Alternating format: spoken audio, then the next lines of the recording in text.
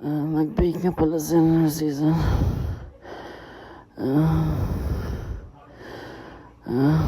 Ay ko. Nag-bake nga pala sila ng season ng to. Inunatunat niya nga pala yan. At kanyang sinihit sa aside. Nag-prepare na nga pala siya ng kulay pink. Dahan-dahan niya binuksan ng open. Tatanggalin yung nasa labas. Ay nasa loob nito. Dahan-dahan lang kasi baka marinig siya na ate niya. Ayan nga pala yung laman ng oven. Yan din yung loob. Ganyang kalaki. Hiniwa niya na at binilog-bilog yung ito. At pinilit gamit ang baso.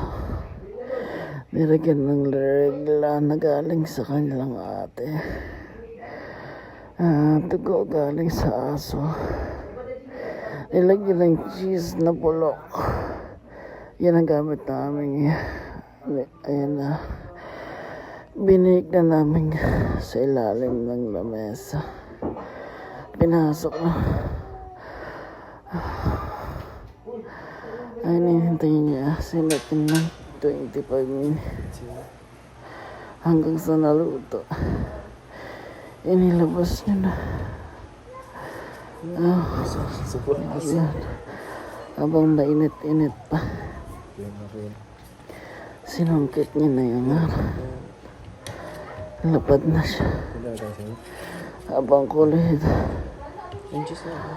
Ang sarap ng cheese. Malapot yung cheese. Ang dami.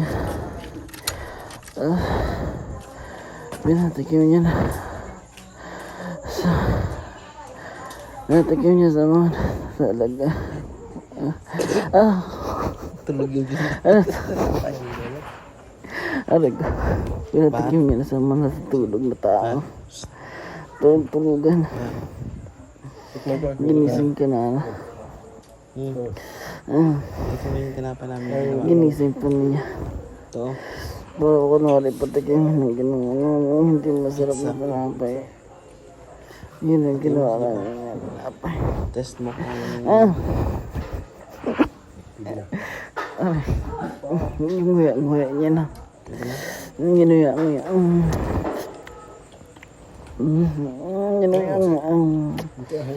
Nilunok niya na. Tingis na tulog-tulugan ko kunwari.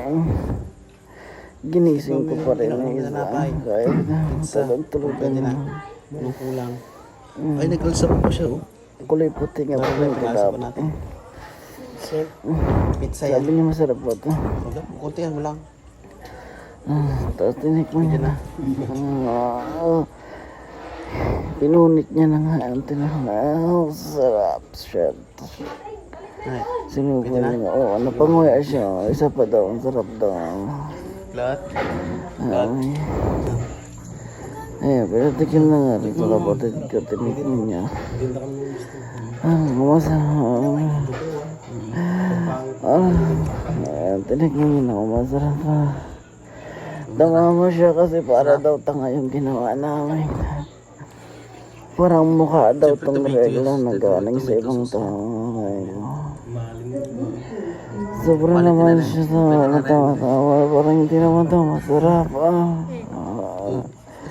Pero gusto niya pa rin. Kunwari pa siya. Hindi masarap. Ano?